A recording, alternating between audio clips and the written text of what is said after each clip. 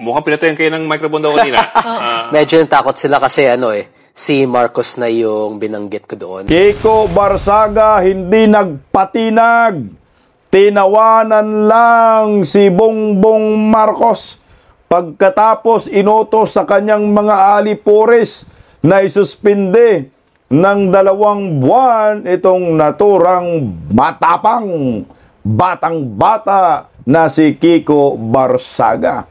Akala siguro nila na aatras si Kiko Barsaga, lalo pong tumapang at lalong determinado ang pagkikriticize niya laban sa gobyernong Marcos, labang kay Bungit na binoto rin po niya ito di ba? Sabi na siya po ay sumuporta sa Uniteam. Nakahanap po ng mas mabigat na ebidensya ang naturang kongresista para sampahan ng patong-patong na reklamo itong si Bongbong Marcos sa Kamara. At sasampahan daw po ito ng impeachment. Patay ka, Bungit!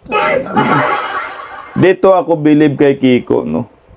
Kung iba pa yan, tatahimik na, di ba? Tatahimik na, no? Yung mga yung mga for optics, for show, no? Na mga pakikibaka, talagang aatras ka na pag ginaganito ka na ginigipit.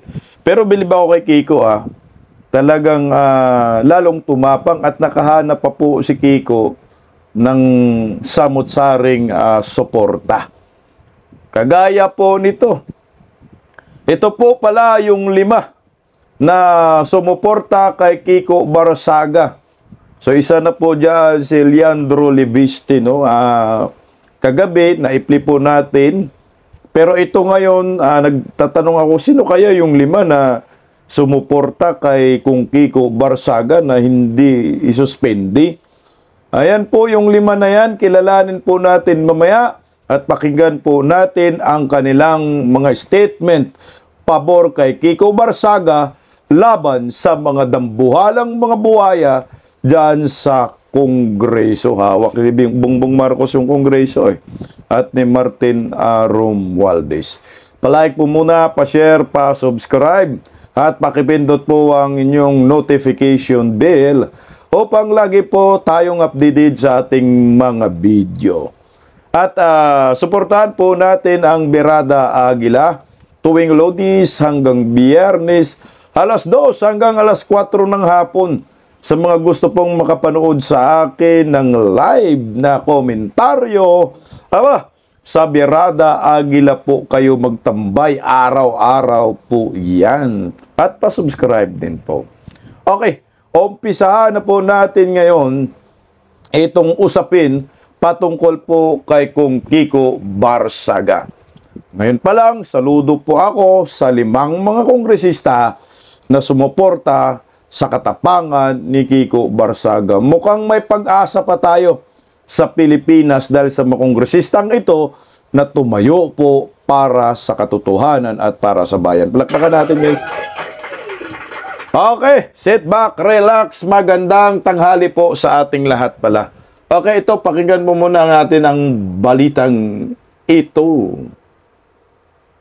Kailan? Pinagtibay ng Kamara ang naging rekomendasyon ng House Ethics Committee na patawan ng 60-day suspension si Cavite Congressman Kiko Barsaga. 249 ang bumoto ng yes, 5 ang bumoto ng no, habang 11 ang nag-abstain. Yan ay dahil guilty umano si Barsaga sa disorderly behavior online. Kung saan may mga naging pahayag siya laban sa gobyerno. Handa naman daw tanggapin ni Barsaga ang rekomendasyon. Pero sa gitna ng pagsasalita niya sa plenaryo, habang sinasabi niyang dapat pa rin daw managot si PBBM dahil sa korupsyon, ay tila bigla itong napatayan ng mikropono. Kitang-kita po natin yung bidyong iyan na talagang pinatayan po si kung Kiko Barsaga ng mikropono ng mga alipores ng dambuhalang buhaya na si Martin Romualdez dyan sa Kongreso at si Bungit. Nung binanatan-banatan na po ni Kiko Barsaga, itong si Bungit, ang pangit-pangit. Kaya hayan, pinatayan po siya ng mikropono. 249 na. Tangina, ang kongreso, puro latak na lang nandyan, anak ng kagwang. Di ba kayo nagsawa, mga buhaya kayo sa inyong pagnanakaw sa kaba ng bayan, anak ng kagwang. Okay lang, kahit 249 po yung bumoto na masuspindi si Kiko Barsaga, hindi rin po yan nagmamatter. At dito po natin nalaman na ang mga kongresista talaga ay mga buhaya, no? Kakampi ng mga buhaya, kakampi ng mga kurakot, kakampi ng mga kawatan sa gobyerno. So maraming salamat. Ito po yung, basahin ko na lang po yung 5 na sumuporta po dito kay Kiko Barsaga. Okay, si number 1 sa listahan, Sagip Party List Representative Paulo Marcolita. Ayan. Hindi pinapahiya po ni Paulo Marcolita yung kanyang magaling na tatay na Senador Rodante Marcolita. Tama po yan. Manindigan po tayo para sa bayan at para sa mga lumalaban para po sa ating bayan. Palakpakan po natin. Number 2, ito, bumibilib na rin ako dito. Nung una, mukhang sabi ko, tika. Mukhang kumakambyo ako dito sa taong ito dahil vlogger naman to noon eh. Meron palang hugot, no, at kinuhang representative ng party list eh. Kamanggagawa Party List Representative Eli San Fernando. Maraming salamat, Eli San Fernando. Akala ko Eli Soriano, anak ng kamote. Oh. Content ko yata kagabi, sabi ko Eli Soriano eh. Ay, wala. Eli pala. Eli San Fernando. Maraming salamat po sa inyo. At number 3, ito po ay galit na galit talaga dito ang mga loyalista, mga dilawan sa kongresistang ito. Si bagong henerasyon Party List Representative Robert Nasal. Ayan, oh. Robert Nasal. Ay, hindi pala dyan galit na galit ang mga komunista. Galit na rin yan kasi sumuporta kay Kiko Barsaga eh. Dito pala sa isang kongresistang ito. Si Quezon City Port District Representative Bong Suntay. Ayan. Diyan po galit na galit ang mga komunista, bubonista, tanganista ni UAM. Dumipipinsa rin kasi yan kay Vice President Inday Sara si Bong Suntay. Ito yung grabe, mabigat yung mga binibitawang salita. Si Batangas 1st District Representative Leandro Ligarda Leviste. Ayan. Tapang din yung batang iyan eh, yung yung isang kongresista, sinunod-sunuran talaga niya kung saan mapunta eh. Binadtrip gusto magpa-selfie. Okay. So pakinggan po natin ang kanilang mga video statement kagahapon ito nangyayari bago po natin pakinggan ang buwelta naman ni Kiko Barsaga sa pagkasuspindi niya. Dahil magsampa daw siya ng impeachment. Marami na po siyang gustong i-charge kay Bongbong Marcos. At tinawanan lang niya si Bungit, putang ina. Inistalo dito kay Kiko Barsaga. Naiplik ko po kagabi si Leandro Leviste. I-play ko po ngayon 1 minuto lang naman, 2 minuto para makumpleto po natin yung Voltes 5. Meron din palang Voltes 5 sa Kongreso. Kumakampi ho kay Kiko Barsaga. Ito po si Leandro Leviste, ang pinakamatapang ngayon kasama kay Kiko. I recognize. Distinguished colleagues, ang boto ko ay no, hindi dahil perpekto si Congressman Barsaga, pero dahil questionable para sa akin na minadali natin itong desisyon dahil ngayong hapon lang natin nakuha ang committee report na ito at si Congressman Barsaga lang ang sinampahan ng kaso ng Committee on Ethics. Ang boto ko ay no, lalo na dahil inuuna natin ang kaso niya kaysa sa mga mas seryosong isyong kinakaharap ng isa sa mga kasamahan natin. Isang kapwa kong Batanggenyo na nandito ngayon na bumoto sa kaso ni Congressman Barsaga. Hindi ba nakakahiya maging miyembro ng Kongreso dahil parang naging normal na meron tayong isang kasamahan na inakusahan na nagbayad para sa mahigit 100 billion pesos ng mga kontrata sa DPWH. Para bang tinatanggap natin na normal lang magkaroon ng kasamahan na iniugnay sa pagnanakaw ng bilyong-bilyong piso na hindi iniimbestigahan na ng Committee on Ethics, Public Works o Infracom, samantalang inuunan natin ang kaso ni Congressman Barzaga, habang hindi man lang natin pinaglalaanan ng masusing atensyon ang mas mabigat na aligasyon, lumalabas na parang okay lang magnakaw sa Kongreso. Nakatala na sa kasaysayan na sa gitna ng matinding kontrobersiya sa korupsyon, ito ang inuna ng Kongreso at parang lang walang mali sa ginagawa ng isa sa ating kasamahan at tayo mismo ay ngayon sumisira sa imahe ng Kongreso. Mahiya naman tayo. Bong! Buti pa to si Leandro Leviste, ang salita, mahiya naman tayo. Hindi kagaya kay Bubuim, mahiya naman kayo. Ayan. Bigat ng statement eh.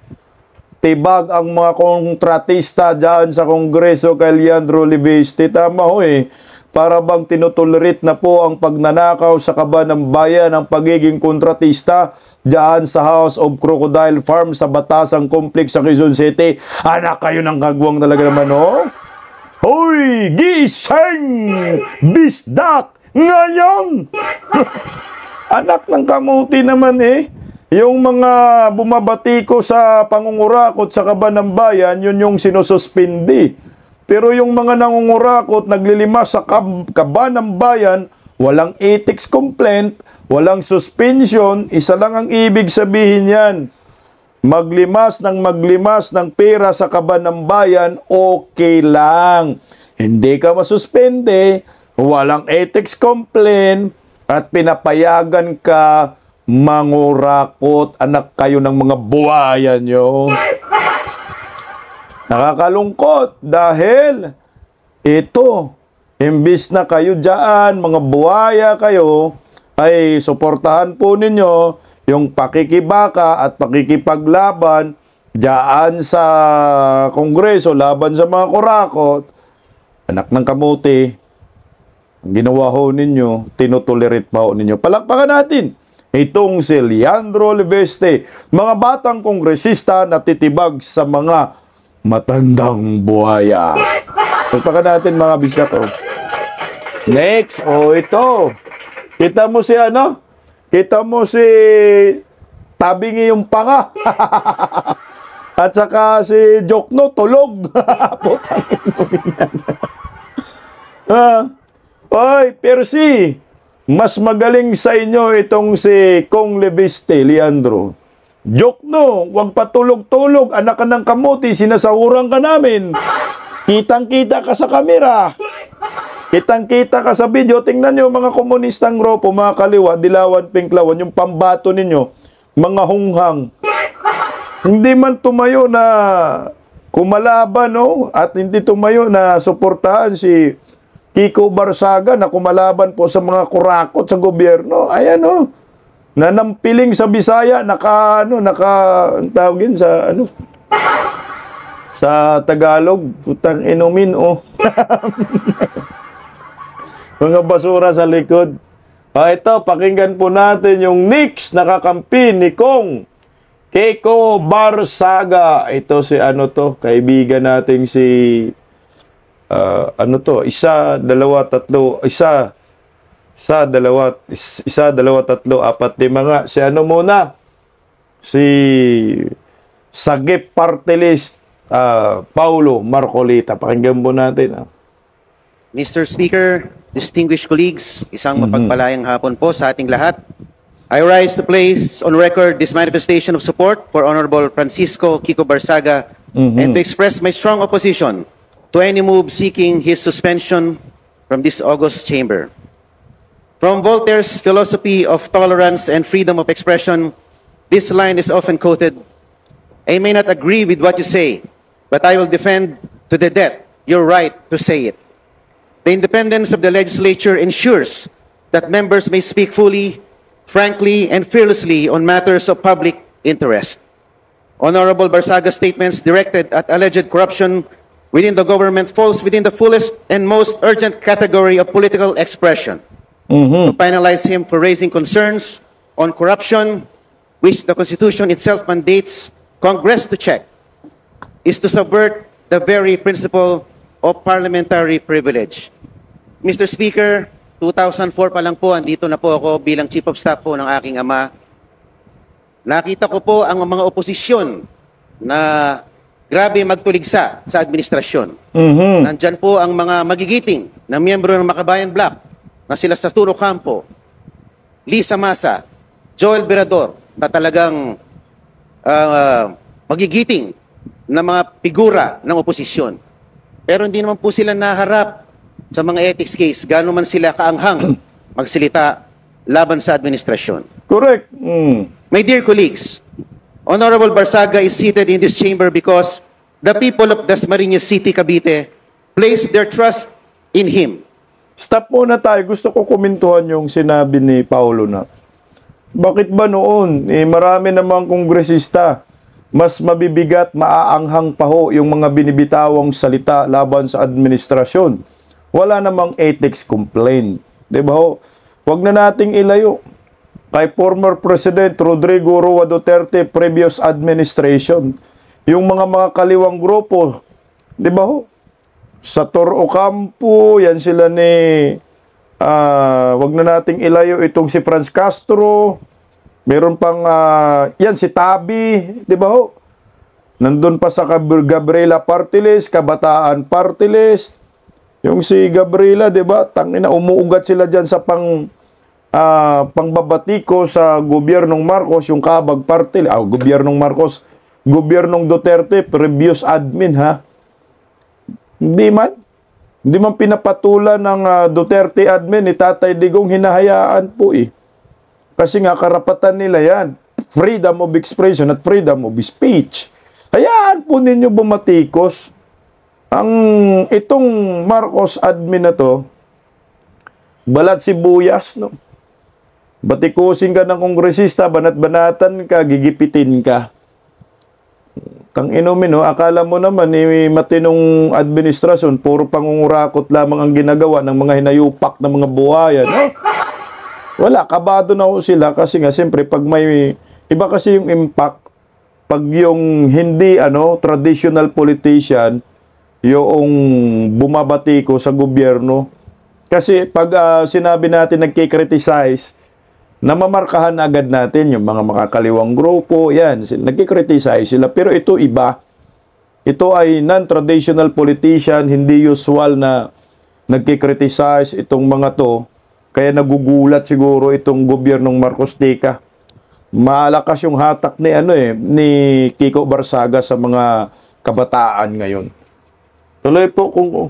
As affirmed through the ballot, Article 6, Section 6 of the Constitution states that members of this House derive their authority exclusively from the electorate. Ano po ba ang mas mabigat na kasalanan? Ito na. Ang magmiyaw o ang magnakaw? Bong! Narinig nyo mga tanganista? Mga bobonista? Ngit, bungit! Nakausap lagi yung tatay na espiritu na lang. Ano bang mabigat? Magmiyaw o magnakaw? Di ko maintindihan nga sa mga buhayan na sa Kongreso. Mabigat po yung magnakaw eh. Di ba ho? Tangin na, kaban ng bayan, nililimaso ninyo. Magmiyaw nga lang, miyaw! Tangin. Miyaw lang, takot kayo. Miyaw ni Kong Kiko, miyaw!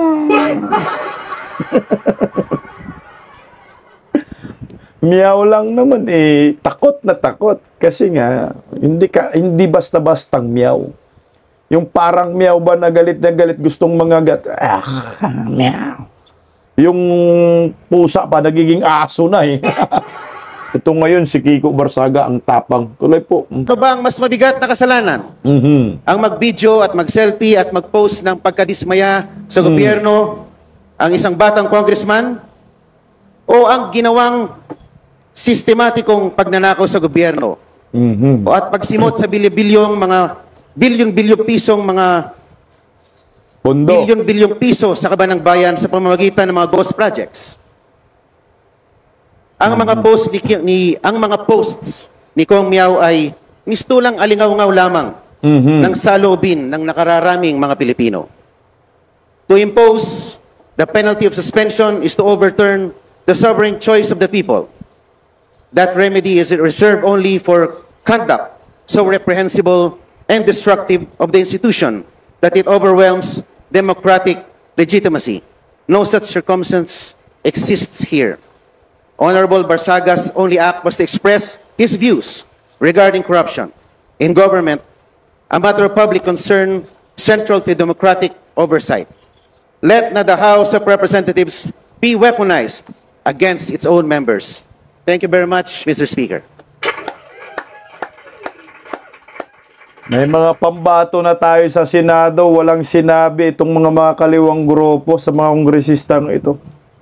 Yan ang tunay na mga kabayan. Yan yung dapat suportahan, iboto. Oh. May chance pa pala tayo, mga kababayan ko. Meron pang mga kongresista na nagmamahal sa tunay na mga Pilipino. Alam niyo ho, ako sa akin lang ha, itong mga kongresistang ito, talagang mga bata, di ba? Makakahatak po yan ng mga kabataan. Pinakamaraming butante po ngayon, mga kabataan. Kasi makikita mo naman sino yung nanindigan dyan sa Kongreso. Wala na. Yan, tingnan mo si Tinyo, nangungulangot pa. Holy ka, Tinyo. Anak ka ng kamuti, ang daming rumirehistro sa kamera, mga kaliwa eh. Mga damonyo. Kanina si Jokno, natulog. Buang talaga itong mga hinayupak. Tapos si Percy Tabi na ganun. Kasi nasapawan sila sa pagbanat ni Leandro Leviste. Ito naman si Tinyo, teacher party list po. Kinuminan yan, oh. Diyos ko, Ginoo, bakit ba may bumoto pa sa mga hinayupak na yan? Nangungulangot lang dyan sa Kongreso. Iyo! Pasintabi sa mga nanangalian. O, pakinggan pa po natin. Ilan na yon? Dalawa, no? Dalawa na, palikpalakpakan natin. O, ito, pangatlo. Mamaya na natin yung isang bata na sumusuporta kay Kiko Barsaga. Pangatlo. Honorable Robert Nasal is hereby recognized. Thank you, Mr. Speaker, my esteemed colleagues. While I acknowledge the profound importance of maintaining and enforcing the ethical standards of this House, my vote of no reflects two deeply held convictions. First, although the respondent's conduct was inappropriate, crass, and unbecoming of a member of Congress, I respectfully submit that the proposed 60-day suspension is grossly disproportionate to the offenses alleged. If he has indeed acted beneath the dignity of his office, then by all means, reprimand him, hold him to account. But discipline must always be commensurate to the transgression, and in this case, I believe this august chamber is responding with excessive severity. A reprimand being the initial and least severe action should have been the proper first recourse, especially where the conduct, while objectionable, does not involve corruption, criminality, abuse of authority, or behavior so grave as to render a member unfit for office. Second, voting no does not mean condoning his acts. It is instead a principled affirmation that fairness and due process are indispensable. The resolution before us does not specify the precise acts for which Representative Barzaga is to be sanctioned. Without such clarity, how can he meaningfully defend himself before the entire House? The most basic tenets of due process require that any member must be informed of the specific statements or posts deemed punishable before the harshest penalty, short of expulsion, is imposed. If this House demands accountability, then we must likewise ensure fairness. Otherwise, we undermine the very integrity we claim to protect. Correct. Finally, this vote is also my gentle appeal to this chamber to recenter its energy on the people's mandate. At a time when Filipino families struggle with daily concerns such as rising prices, job insecurity, health burdens, educational gaps, our primary duty is to ensure that their material well-being remains the central business of the people's house. Let us not lose sight of the urgent fundamental issues that affect every household we swore to serve. Our reprimand would have been a balanced, measured response, one that upholds institutional integrity without diverting the House's focus from the needs of our people. For these reasons, I register my view that a reprimand, not suspension, would have been the appropriate, proportionate, and constitutionally sound response under the circumstances. Thank you. Siya po si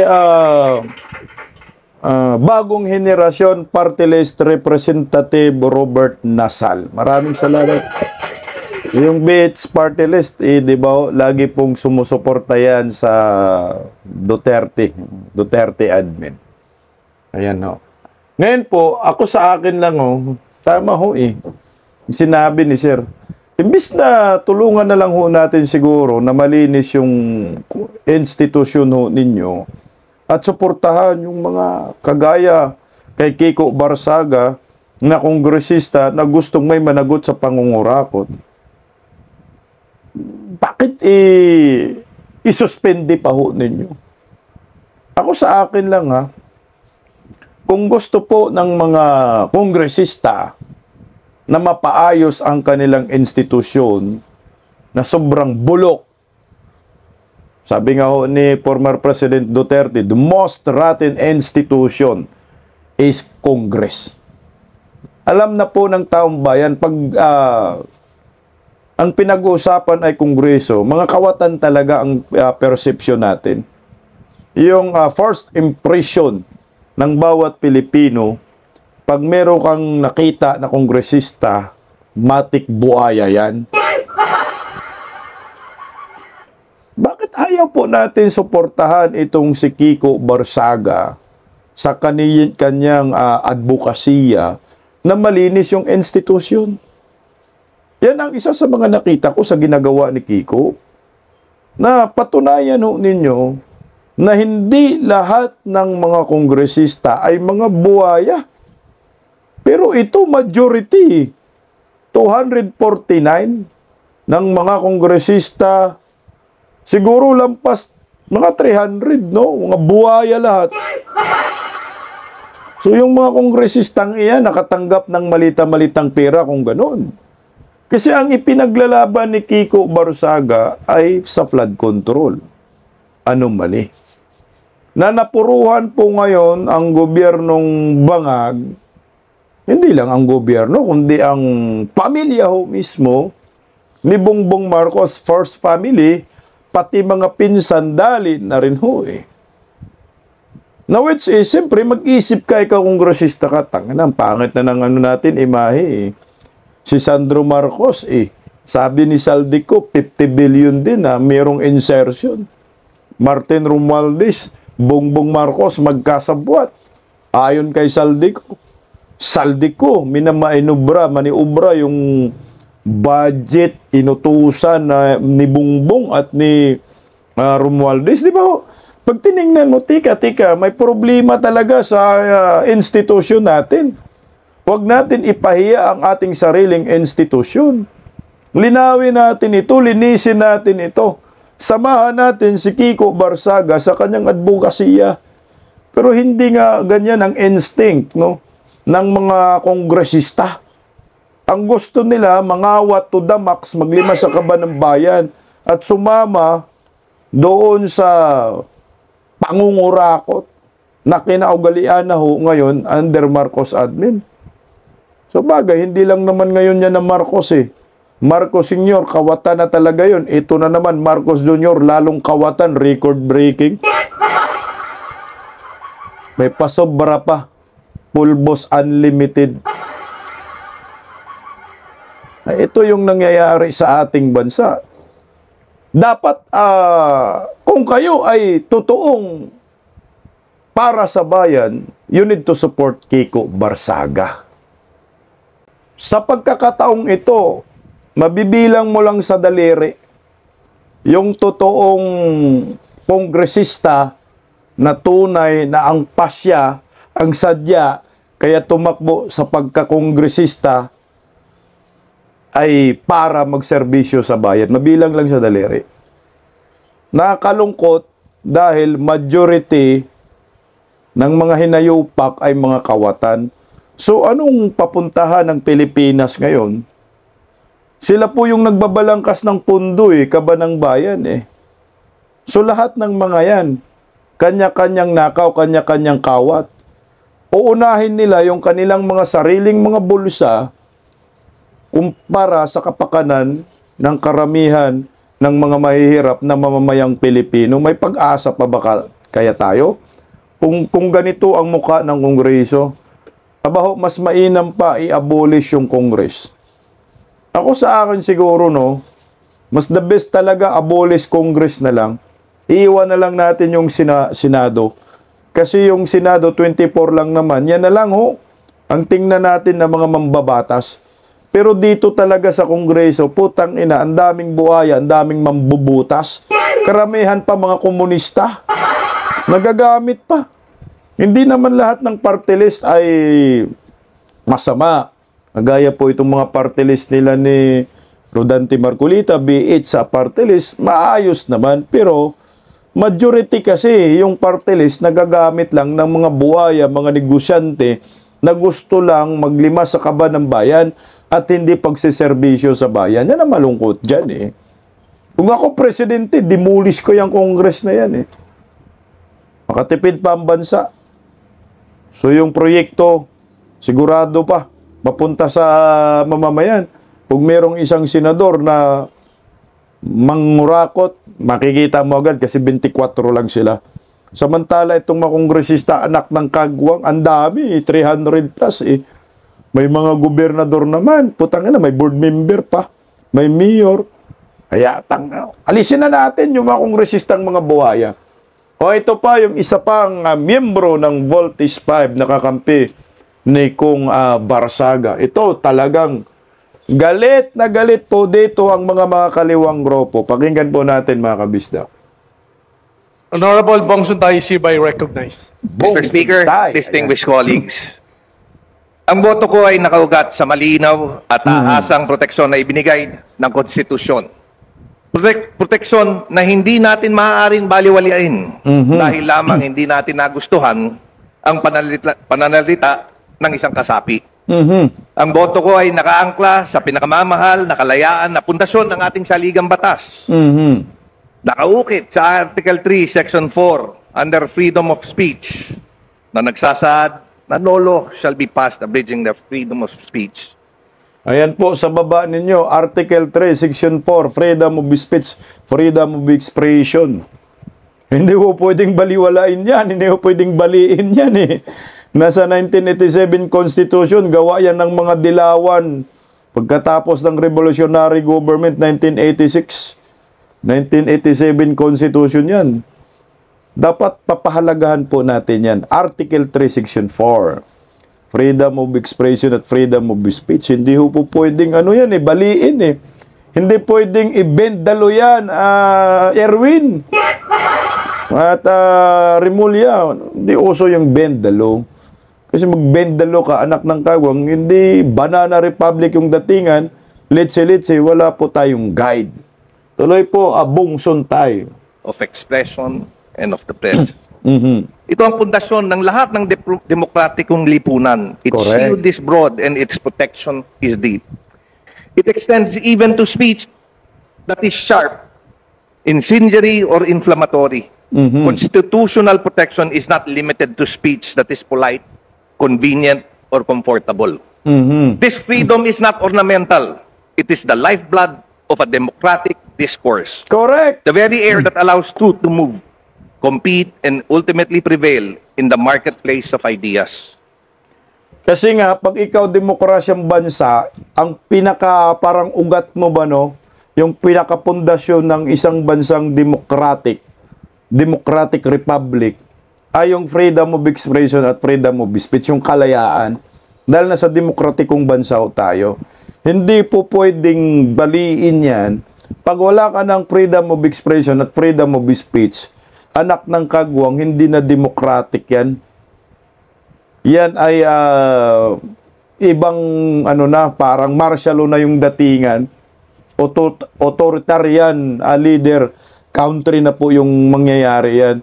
Kung ano yung sasabihin ng leader, putang ina yan ang masusunod. Pag magsalita ka against the government, kulong ka, gipitin ka, suspendihin ka, kagaya sa ginagawa ho ni Kong Kiko Barsaga. Ito, lalo pong dinagdagan nila yung hinala ng maraming Pilipino na tangina, masyado ka namang martial law, Bongbong Marcos. Masyado kang diktador. No, ito po yung nakakatakot kasi siyempre, ikaw, tayong lahat. Ang isip natin, nasa demokrasya tayo, may malayang pamamahayag. Pero yung instinct nila, yung isip din pala ng yung direksyon ngayon ng gobyernong Marcos, hindi na po tayo demokrasya, wala nang demokrasya. Ang nasa isip nila, martial law na to. Hindi lang kami nagdeklara. Kaya pag magsalita kayo against the government, kulong ka, may kaso ka, gigipitin ka. Marami naman silang ginigipit, di ba? Actually, yung pinakaunang political prisoner nila first political prisoner ay si Pastor Apollo Kibuloy. Yan talaga ang pinakaunang political prisoner ng gobyernong Marcos. Pastor Apollo Kibuloy. Ang next dyan si former President Duterte. Mabibigat yung pinapakulong ng gobyernong Marcos. Nakakatulong pa itong mga taong ito, si Tatay Digong at si Pastor Kibuloy, pero ginaguho nila. Si Kiko nakakatulong din naman Tuloy In every Congress, in every era, disagreements, mabigat man o masakit, ay mangyayari. But our duty is not to silence discomfort. Correct. Our duty is to allow debate, to permit critique, and to safeguard the right of each member to speak without fear that dissent itself becomes punishable. Totoo, the circumstances and expressions involved fall short of the quorum expected in this House. Hindi natin kinukonsinti ang pamamaraan o pagkasabi. Hindi natin tinatanggal ang bigat ng responsibilidad sa pagpili ng salita. Ngunit, falling short of decorum does not remove constitutional protection. The speech may be harsh. It may offend sensibilities. It may jar our sense of propriety. But as long as it remains within the realm of expression guarded by the Constitution, this chamber cannot treat protected speech as punishable misconduct. Democracy does not mature through silence or suppression.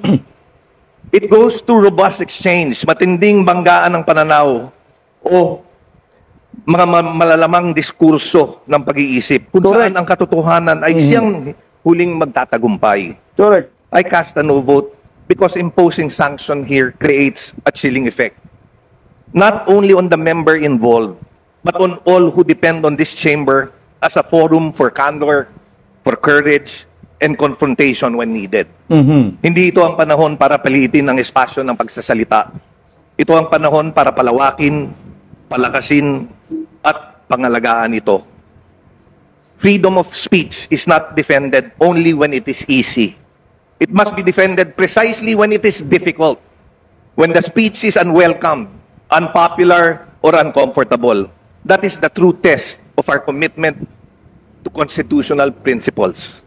Thus, with earnest respect for this institution and with fidelity to the Constitution, I vote no. To uphold our most cherished freedom, to preserve the vibrancy of democratic debate, and to affirm the truth. The truth emerges only when ideas are allowed to contend openly and without fear. Maraming salamat. Gusto ko yung word na chilling effect, no? Magkakaroon talaga ng chilling effect po itong ginagawa ho ng Kongreso kay Kiko Barsaga. Ano po ba yung chilling effect na to? Yung tingin ng maraming Pilipino, yung suppression of freedom of expression at freedom of speech. Nakakatakot yan, ha? Tika, kongresista nga. Yan, kongresista na yan, ha? Nagsalita about corruption, pagtuligsa sa gobyerno, ito pinarusahan, eh. What more pa tayo? Mga ordinaryong Pilipino. So, magiging questionably ang freedom of expression at freedom of speech na suppress nga ho, eh. Dahil sa pagiging insecure ng gobyernong ito. Na para bang, pag may bumati ko sa kanila, manghiyak-ngiyak, anak ng kamote, oh. Tandaan po natin, sa isang bansang demokrasya, ang administrasyon ay hindi ho po pwede na ang majority ng mga Pilipino ay susuporta sa iyo. That's normal sa democratic country, democratic government, na merong pro and anti. May anti-Marcos, may pro-Marcos talaga. May pro-admin, may anti-admin talaga. Na hindi mo ho po pwedeng isuppress mo ang freedom of expression at freedom of speech. Hindi na po tayo democratic country pag ganun, eh. Hayaan mo magsalita ang mga yan. Kasi pag nagpipigil yan, gaya ng bulkan, parang bulkan yan. Nag-iipon ng lakas. No? Nag-iipon lang ng mag-iipon ng lakas at itong bulkan hanggat sa mapupuno. Dumami na yung lava. Pag sumabog, malakas. Simlang po dito, mas maganda pa rin po, luwagan mo na lang kaysa yung higpitan mo. Kasi kung pinipigilan mo magsalita ang taong bayan, manggigigil yan, eh. Parang gigil na gigil ka ba, no? Gusto mo nang kumawala. Para kang baka nakawala sa turil, eh. Ganun ang mangyayari dyan. Mas delikado ang epekto niyan. Pero kung hayaan mo lang yung malayang pamamahayag, huwag mong pitpitin, huwag mong gipitin, swabe lang ang datingan yan. Meron pa rin tayong batas, hindi pa rin nasusuppress yung freedom of expression at freedom of speech. Yung Republic Act na 1987, Section 3, Article 4 of freedom of expression at freedom of speech, hindi na susuppress, hindi na sasakripisyo, nandoon pa rin. Ito kasi yung pinakapundasyon ng ating bansa, yung Bill of Rights, yung karapatan ng bawat tao sa ating bansa. Na ito ang pangangalagaan natin. Hindi po pwede masuppress po ito. Ito yung magiging chilling effect po dito. Or pwede ring sabihin ng maraming Pilipino, kagaya ho nito, yung mga kabataan ngayon, mga influencer, eh. Maraming mga political vlogger, maraming mga entertainment vlogger na sumusuporta kay Kiko Barsaga, eh. Ano po yung chilling effect nito? Sabihin ng maraming Pilipino, tika, kaya si Kiko Barsaga, eh, ginigipit nila dahil sa salita laban sa korupsyon. Bakit ganun? Mga kurakot rin ba ang mga yan? O, dyan pa lang, eh. Kayo ba ay protektor ng mga sindikato? O, tiba, yari kayo dyan. Kayo ba ay mga protektor ng mga mastermind sa paglilima sa kaban ng bayan? Yan yung negative effect sa institusyon ng Kongreso. Sira na nga ho kayo, eh. Bulok na nga ho kayo. Binubulok pa ninyo. Itong mga kongresistang ito, pilit nila pinapataas yung dangal ninyo. Okay, pakinggan natin yung last but not the least, no? Ang sabi niya, wag naman kayong maging balat sibuyas. O, ito, pakinggan natin. Speaker. Majority Leader. Mr. Speaker, we'd like to recognize the Honorable Congressman Nazal to give his explanation of his vote. Congressman, Honorable San Fernando is hereby recognized. San Thank you, Fernando. Mr. Speaker. If we don't believe in freedom of expression for people we despise, we don't believe in it at all. This quote serves as the foundation of this representation's vote. Totoo na maraming nasabi, pinahayag, at ginawa ang kinatawang si Representative Barzaga na hindi aakma sa pamantayang inaasahan sa isang halal na opisyal. But this begs us to question what really is unethical behavior. While I agree that us lawmakers are held to a higher degree of ethics and decorum, such should not work as to stifle free speech and debate. Lawmakers must be free to say what we want, especially on issues involving national importance. Correct. Representative Barzaga's actions and words may not fit the usual mold of a traditional lawmaker. But who decides if the mold or what mold is correct? I understand these are difficult questions to answer, and I am unsure if there is any. But one thing I am sure of is that plundering the coffers of government through ghost infrastructure projects is what's unethical. The committee resolution sets a dangerous precedent. Ganito ho ba tayo kabalat sibuyas at allergic sa mga naiibang pananaw? Correct. Should our subjective judgments of Representative Barzaga's ethics supplant the will of the electorate? Hayaan natin ang mamamayan ng Dasmariñas ang humatol sa mga ginagawa ni Representative Barzaga. Kung saba ay karapat dapat na maging kinatawan nila.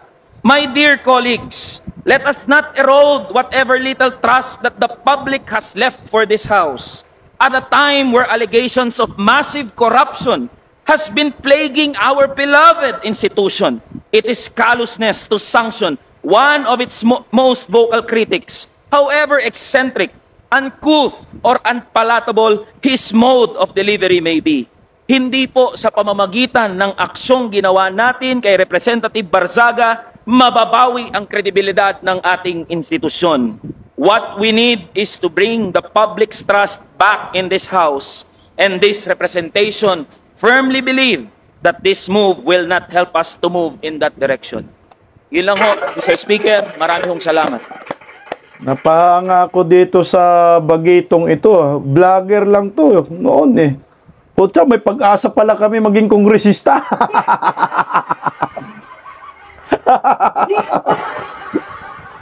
Alam nyo, ako, yan po ay si Kamanggagawa Party List Representative Eli San Fernando. No? Nakakahanga rin tong bagitong Party List Representative na ito. Walang sinabi.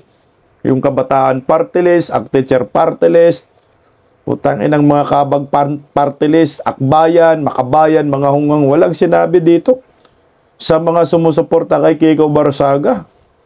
Ito yung totoo. Na, utang ina, hayaan natin. Magsalita yun. May freedom of expression at freedom of speech tayo eh. Mabuka kasi. Kaya Eli, sunod ka na. Okay, at least paano, meron pa po tayong nakikitang may liwanag pa tayo sa dilim. Parang kanta lang yan eh. Liwanag sa dilim, ngingiwi. Ibig. Ngiwi naman talaga. Palakpakan natin yung limang mga kongresista. Kasi pag-asa, no? Makikita mo, may liwanag sa dilim. Hindi naman po lahat dilim eh. Pag may gabi, kinabukasan o umaga naman yan, liliwanag, sisikat yung araw eh. Hindi na lahat ang panahon ay para sa mga buhaya.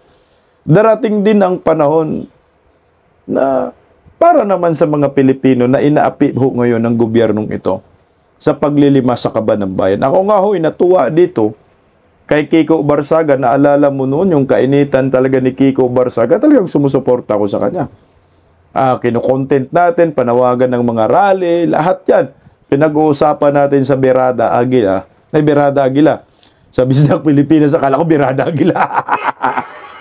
Di, siyempre, napag-usapan din namin yan sa Berada Aguila. Kaya supportan po natin ang Berada Aguila. Alas 2 hanggang alas 4 ng hapon, Lunes hanggang Biyernes. Ako sa mga ganitong mga politician, nakikita ko, mas, gaganda yung karera nila. Wag lang po sila magpakain sa mga lumang sistema ba. Yung mga sistemang pangungurakot, pambubuhaya, wag lang sila tumula dun. Kasi mga bagito to, fresh na fresh, mainit na mainit eh. Kailangan lang po ninyo manindigan para sa bayan. Kasi tayong mga Pilipino, naghahanap tayo ng mga next leader, mga future leader. Para sa akin, yung 5, pwede po maging senador kung talagang tuloy-tuloy yung kanilang paninindigan at prinsipyo. Huwag gumaya kay sino yun, Magalong Kala mo talagang kakampi ng bayan, animal, kakampi pala ng mga kaliwa. Napaka-awkward nga Dating military, police, puta, nandun sa rally ng mga kaliwa, anak ng kagwang. Kinain din yung kanyang prinsipyo for what? For the sake of national position, national election, anak ng kamuti.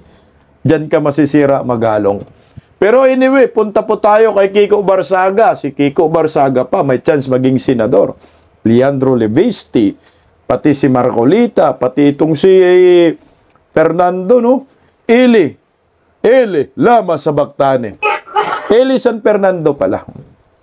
Okay, pakinggan po natin itong si Kiko Barsaga na tinawanan lamang niya si Bungit, anak ng kamuti. Ito, pakinggan po natin. Congressman Kiko Barzaga says he will accept any sanctions that the House will impose, and he joins us tonight. Sir, welcome to the big story. Cavite 4th District Congressman Kiko Barzaga. Sir, mukhang pinatayan kayo ng microphone daw kanina. Medyo natakot sila kasi si Marcos na yung binanggit ko doon, especially since he's the one who's most guilty of this flood control issue, which is where all the ethics complaint started. Which Marcos are you referring to? President Marcos. Okay. When you say... Ang bobo rin ng reporter, ang tanga, Tinanong pa talaga kung sino yung Marcos na nire-referring to. Anak ng kamuti, tinutukoy ni... Alam mo naman si Ferdinand Marcos Jr. kagahapon habang nagsasalita. Di naman si Sandro. Kasi pag si Sandro kasi yan, pinapangalanan niya talaga. President Bongbong Marcos, di ba sinabi niya kagahapon? Di si Sandro.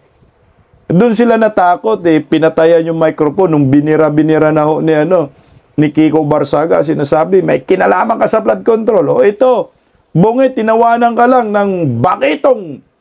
Ang datingan dito ni Kiko Barsaga, rockstar na rockstar datingan, bayaning-bayading, meow! Inistalo kayo kay Kiko, tuloy That it started, your ethics issue started with the president's, the supposed flood control scandal. Yes, it was in response to the criticism that I made against Speaker Martin Romualdez on the flood control scandal. The flood control scandal is primarily made by President Marcos. There's plenty of lewd content, pero yung mga congressman nga huling may kabit, pero hindi sila na ethics complaint Si Sandro, di ba? Mayroon ka parte-parte doon sa Grand Prix. Yung Ipon Racing, anak ng kamuti. Wala, ang bunga talaga dito, Kiko, yung yung katapangan mo sa pag-critic sa gobyerno tungkol sa flood control, Martin Romualdez, Marcos family. Wala na pong iba, Kiko. Relax naman si Kiko.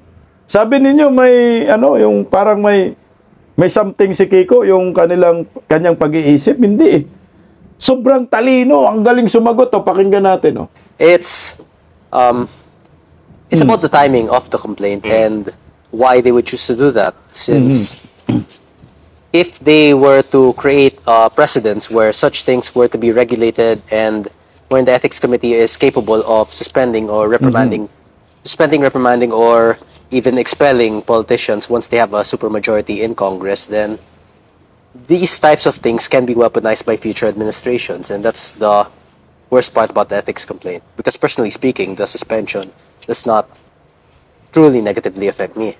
It mostly negatively affects the institution as a whole because... Tama ka dyan, Kiko Barsaga. Tingnan mo, talino. Yung suspension, hindi yan nakakasama sa kanya. Ang suspension ay nakakasama yan sa institusyon. Yan ang maliwanag dyan. Kasi pag ikaw sinuspindi mo itong taong ito dahil galit sa kurakot, so ikaw nang nagsuspindi, anong tawag sa'yo? Di kurakot ka, anak ng kamote. Tuloy kong. People are losing trust in Congress and this will decrease the trust in Congress even more. You mean people might think they're being so defensive? Correct. Well, they are being so defensive because I'm the one who is planning to file an impeachment case on Marcos, and coincidentally, I'm also the one who happens to be suspended. Okay, tingnan mo ha. Tama ka dyan. Ako, dun tayo sa impeachment. May sense itong si Kiko Barsaga. Kaya binibira siya kasi nga magsasampa ng impeachment. Okay. Kagaya, bibigyan ko yun ng halimbawa. Itong isa pa, si Duterte Youth Party List, na bago mag-eleksyon, magbutuhan, nagsampa ng impeachment complaint. Hindi tinanggap ni Romualdez, no? Ng Secretary General sa Kongreso. Tapos nanalo, no? Kasi yun ang gusto ng bayan. May magsampa ng impeachment kay Bongbong Marcos. Nanalo talaga, 3 slot pa, 2 million yung bumoto. Isipin mo yan, ha? O anong nangyayari? Wala, tinanggal yung party list na yun. Pinaupo mga komunista, mga kaliwa. Ito naman kay Kiko Barsaga ngayon. Magsasampa ng impeachment, ginigipit talaga kasi kahit papano guys, sabihin na lang natin, hindi mag-materialize yung impeachment sa Kongreso. Pero pag may nagsampa, negative pa rin ang epekto kay Bubuim yan. Next week. You didn't say that yet. When did this idea? No, I revealed it already. I posted it twice on social media. Okay. Once in October and once in November. So we're still gathering evidence, not just regarding Marcos's involvement in the flood control, but also his also Senator Amy Marcos's revelation that he is a drug addict, Correct. which is detrimental to our country as a whole if we have a drug addict as So president. this impeachment complaint you plan to file, when do you plan to file it? And can you file? You can file it naman kahit na suspended ka. Well, I'm not too sure about that because I didn't read the rules regarding suspended politicians. But when are you planning to file it? Who is drafting it for you? You have lawyers? Yes, we have legal teams and we'll see when the time comes. Kasi February 7 yung, the one-year ban on the impeachment of Sa Duterte will expire. Are you hoping to do that, your filing, before February 7? Or are you open to having it after February? Kasi things would change, of course, after February 7. Things would definitely change and more evidence would release, more people will release statements against Marcos by that time. So yes, once more evidence has been released against Marcos and once public opinion against Marcos has gradually worsened, then that's when we can start filing. So are you confident you're going to gather enough signatures for that? Well, even if I don't gather enough signatures, that will already prove that Congress itself, a majority of Congress, is no longer serving the people, but rather serving the interests of the Marcos administration. And we've already seen that happen in this instance. This is showing the people what exactly is happening within Congress. But tell us about the charges that you plan to file. Exactly what will be your basis for impeachment? For impeachment, for the revelation of the drug cases and the involvement of flood control anomalies, and an extra charge that's not revealed yet. But the Constitution is very particular about what kinds of charges can be filed for impeachment. For example, betrayal of public trust and so on down the line. So exactly how do you plan to go about this, and what kind of charges do you plan to file? Well, it will be betrayal of public trust because that's very open to interpretation. That could be for anything. For corruption and so on down the line. Or even lying about the state of his drug rehabilitation or his involvement in drugs. That can also be constituted as a betrayal of public trust. So depending on what possible grounds you may find, we will still consult with our legal teams. But his involvement in the flood control anomalies and him being the mastermind in all of this, and also in his drug-related revelations made by Senator Amy Marcos would be the most stable grounds that we would have. That's your most solid, you think? Well, there might be more. We might So but for now, 3 grounds. We might find his footprints in the DPWH building fire. So that's also another possibility. Iyak dito si Bungit. Okay, tingnan mo. Kahit duguan si Kiko Barsaga, ito magsasampa pa ng impeachment. Anak ng kamote, hindi kayo obra dito kay Kiko. Bata pa to. I think 27 ba si Kiko? Maraming susuporta dito ng mga kabataan. Yung influensya niya malawak. Ang galing, no? Hindi natitinag, hindi natatakot, lalo pang tumapang. Mas mabigat yung isasampang impeachment, lalong nadagdagan eh. Actually, sabi na nga ni Vice President Inday Sara, marami namang impeachable offense si Bongbong Marcos. Ginawa kay former President Duterte. Yung pagperma sa BICAM na blanco, ginawang batas, dyan pa lang eh. Yung command responsibility, ang daming impeachment, betrayal of public trust. Lalo na yun, yung sa droga, no? Apolboron. Ayan, pwedeng magamit. Yung buhay na testigo, si Senator Amy. Ayan. sa flood control. Pwedeng magamit yung testimonya ni Saldico. Betrayal of public trust, anak ng kagwang, sobrang dami na. Yung maraming namatay dahil sa baha. Impeachable offense dahil ghost projects ang lahat ng proyekto niya. Paggising sa umaga, tanghali at gabi, nakikita ko ang post niya, ang hapdi. Paano nga ba to? Di ako makatanggi. Watch ko na lang at isipin ng mabuti. Bisdak Pilipinas, Bisdak, tinig ng katotohanan. Sa bawat vlog may laban sa kasinungalingan. Mulat ang mata, gising ang masa. Bisdak Pilipinas, para sa bayan, gumigising sa diwa. Sa likod ng kamera, tapang ang dala, walang sinasanto kung mali ang gawa. Hinay-hinay, pero palaban. Boses ng tao sa digital na labanan. Bisdak, tinig ng katotohanan. Sa bawat vlog may laban sa kasinungalingan. Mulat ang mata, gising ang masa. Bisdak Pilipinas, para sa bayan, gumigising sa diwa.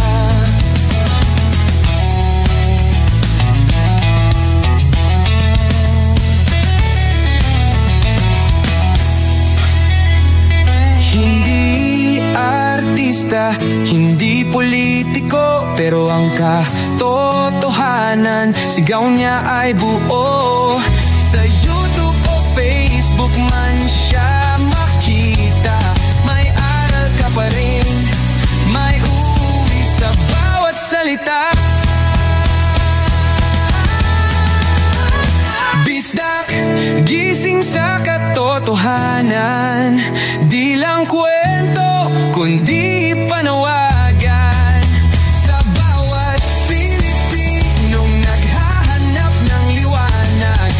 Bisdak Pilipinas, kasama sa pagbangon ng bayan. Bisdak Pilipinas, boses ng masa, gising ang diwa. Sa vlog mo may pag-asa.